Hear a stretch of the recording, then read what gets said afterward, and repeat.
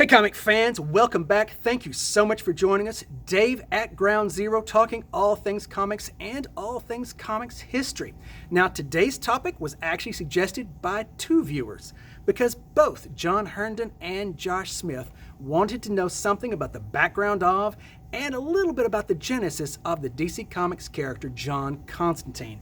Well guys, we appreciate you watching, we love your suggestions, and we're so happy you're still with us. So we're going to tackle that topic today in our segment of Interestingly Enough. Now to tell the story of John Constantine, we've got to go back to my favorite decade, the 1980s. In fact, we're going to land right smack dab in the middle of the 80s in 1985. That's where we find the brilliant comic book writer Alan Moore hard at work about a year and a half into his run on the legendary Swamp Thing. His editor is Karen Berger, and she's making sure the creative steam stays really high.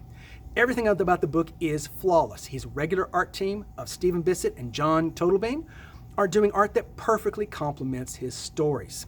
But as great as everybody is doing, and as much as this is going to be a seminal run on comics that will influence everything that comes after it, Bissett and Totalbain are getting kind of burned out.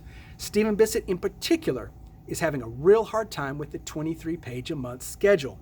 So they announced they're going to be leaving the book with issue 50.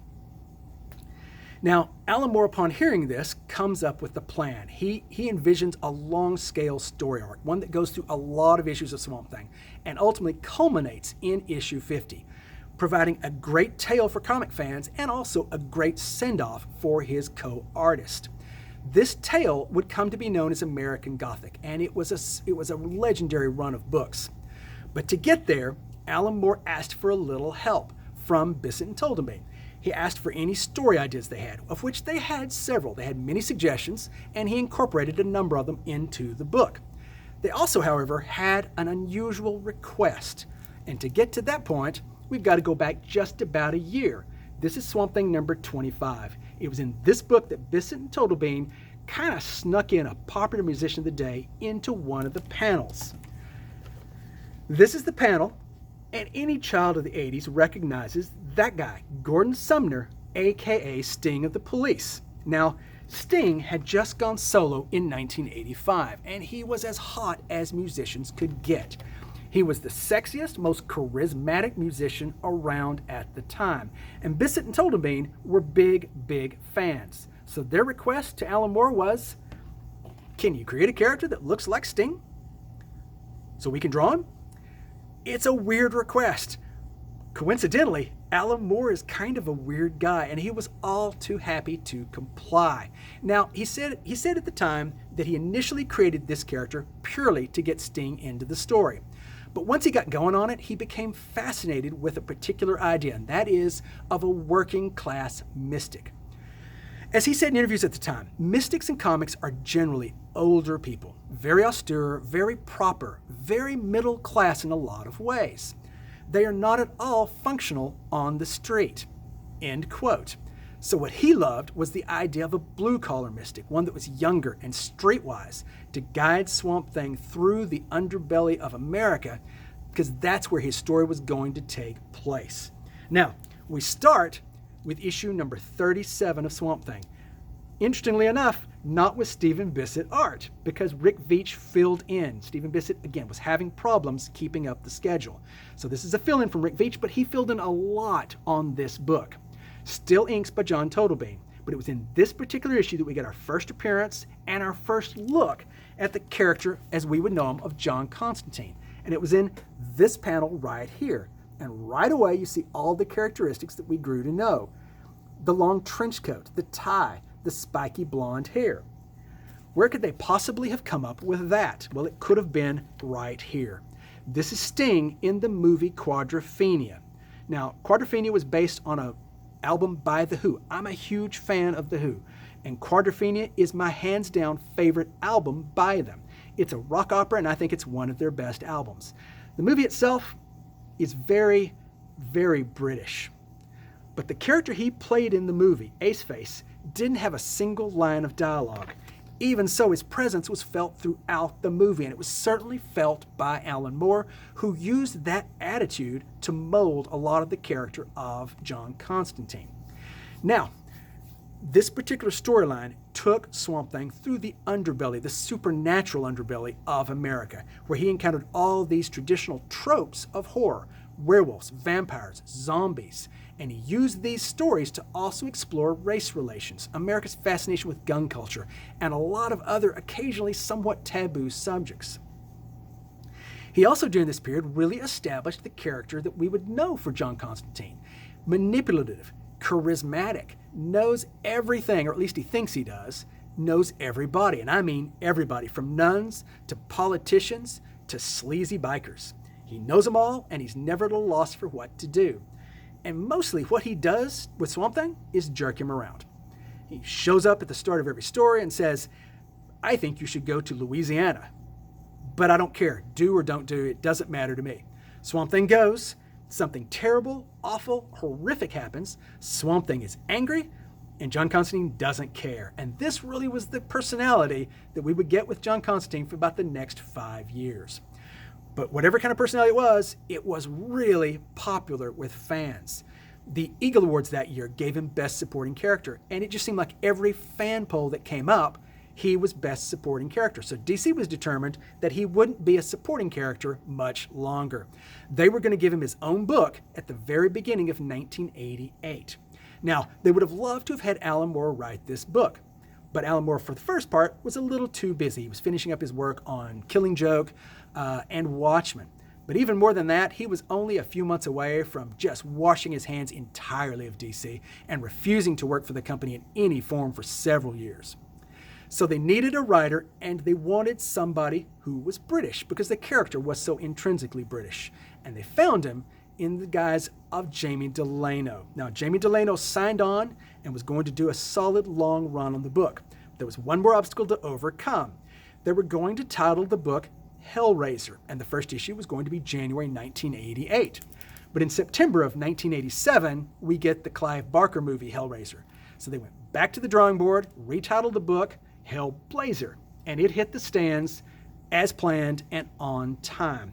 Now, Jamie Delano really took the character that Alan Moore had established and embellished it and elaborated on it. Under Jamie Delano, the character was amoral. He had friends everywhere, but those friends had a tendency to die young. And this is something that tortured John Constantine, but he dealt with it by just being the most cynical person you can imagine. Now, the book, again, was very centered in Britain. And in fact, it was so concerned with British culture and politics that it was often more about that than it was about the supernatural. But either way, it was a successful book with Americans. Now, Jamie Delano would do 40 issues of the book. Again, a healthy, long run that definitely elaborated on the character. Normally, when a writer like that leaves, a book flounders. In that great treadmill hamster wheel of life, there's usually only one big hamster. But not with Hellblazer. Hellblazer had lots of hamsters, because as he would leave, other great artists, a succession of great writers would come along and do terrific work. People like Neil Gaiman contributed stories to the book. People like Grant Morrison. I mean, we're talking the A-listers, people that either were or would soon be some of the best, most creative writers in comics. Now, after those guys, another guy come along who at the time wasn't unknown, but he would establish himself via this title as one of the most popular creators of the 90s. And in the process, really redefined the character of John Constantine and take him to new levels. That was an Irish writer by the name of Garth Ennis. Now, Ennis had been floating around for just a couple of years, writing for publications like 2000 AD in Britain. Not a lot of success. This was not only his first American comic, it was his first big break. And he was going to take advantage of it with every ounce of creativity that he could. So what did he do? He killed him. Sounds like a familiar theme. Right away, John Constantine turns out to have terminal lung cancer and only a short time to live. And sure enough, before that storyline is over, he's going to die. But that's not the end of John Constantine, because as this storyline that later became known as Dangerous Habits goes, in the course of it, he meets the devil for the first time and somehow winds up poisoning him with holy water. This does not make the devil happy. So he knows that he is due and scheduled for damnation unlike what anybody has faced before. So right before he dies, he sells his soul to a Lord of Hell. And then he sells it to another competing Lord of Hell. Now, each Lord of Hell think they have exclusive rights to this really prized commodity, John Constantine's soul, such as it is. But this means when John Constantine finally dies, the devil comes to take him, as does these other two competing Lords of Hell, and they have a problem. No one is going to give up this prize. So the only thing they can do is heal John and send him back to earth. He has outwitted the devil and two other Lords of Hell. This is the character of John Constantine that would really resonate with readers and thrill them for a long time. Ennis's run was long and it was really fruitful. Now, an interesting thing in the middle, right smack in the middle of Ennis's run, is there would be a change to the book. Now, what it was his book and a lot of others was edited by Karen Berger. Now, Karen Berger was a terrific and influential editor, and she was very responsible and instrumental for a lot of British writers coming into DC. Neil Gaiman, Peter Milligan, Grant Morrison, and of course Garth Ennis himself and Jamie Delano. All of her books, however, shared a lot of the same aspects. They were all tagged with suggested for mature readers. They all had a similar sensibility. So much so that they started being informally called the Bergerverse. Well, as 1993 comes along, the Bergerverse becomes official. And they moved several of these titles: Sandman, Shade the Changing Man, Animal Man, Swamp Thing, Doom Patrol, and Hellblazer, with issue number 63 in March of 1993, becomes part of the Vertigo universe. Now, this universe was going to prove really popular with older and more mature comic readers. But there was going to be a few hiccups. Now, the first of them was that it was kind of established and it was kind of accepted that the characters and the stories in these books did not take place in the regular DC universe. Bit of a conundrum when you're talking John Constantine, because he had actually appeared in Crisis on Infinite Earths, the most DC universe book of them all.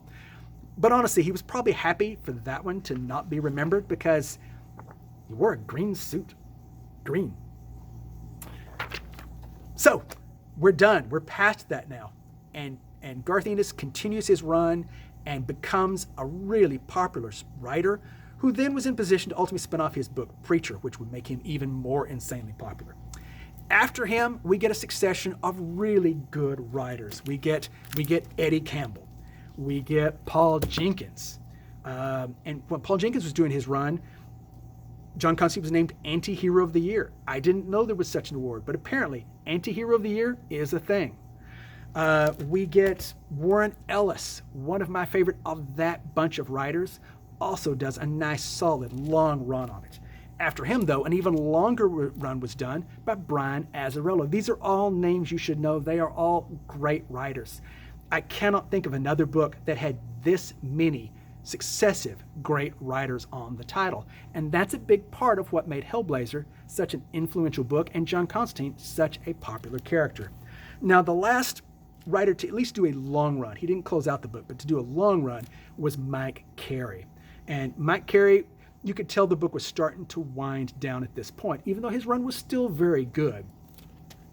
And already we were getting rumblings of, this is the kind of character that should be in the movies. And it took a long time. There was a lot of talk of a movie with Nicolas Cage.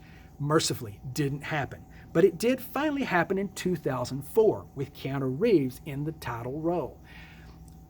It's not bad. It's really not. It's not the greatest, but it's worth a watch. And it does stay closer to Constantine than anybody thought it would, actually incorporating a lot of the story elements from the Dangerous Habits storyline. So again, not a bad place to go if you want a quick overview. Now, we also had a 2014 TV series. This was a little closer probably to the character than Keanu Reeves, because if nothing else, his hair color was right. And it also, story-wise, skewed pretty close to the comics. But by this point, John Constantine in the comics had really undergone a change, because in 2011, they decided to bring him back into the DC universe. And this obviously was a pretty big deal. It was still the John Constantine that we know. It was still the amoral, cynical, mystic John Constantine, but now he's interacting with other DC Comics characters in his own book and also in the Justice League Dark. Now he was playing with others. He might not be playing nicely, but he was playing with others. Now, that brings us pretty close to where we are today. And he still remains an insanely popular character. In 2013, Comics Alliance listed him as number 30 on their list of the 50 sexiest men in comics. To which Sting said, "Thank you, I accept. I'll just put this with all my other awards." Now one final thing when you're talking John Constantine. Alan Moore had been out of the picture, but he comes back in at least briefly because he claims to have met John Constantine after creating. According to the story that he tells, and tells a lot, it was in 1993, he looks up and Constantine comes down the stairs. He's in a sandwich shop, just ordering a sandwich. And he looks up, John Constantine comes down the stairs, trench coat, short haircut. And as he says it, no, he didn't even look exactly like Sting. He looked exactly like John Constantine. He looked at me, stared me straight in the eye, smiled almost conspiratorially, and just walked around the corner to another part of the sandwich bar. So what did Alan Moore do? He finished his sandwich.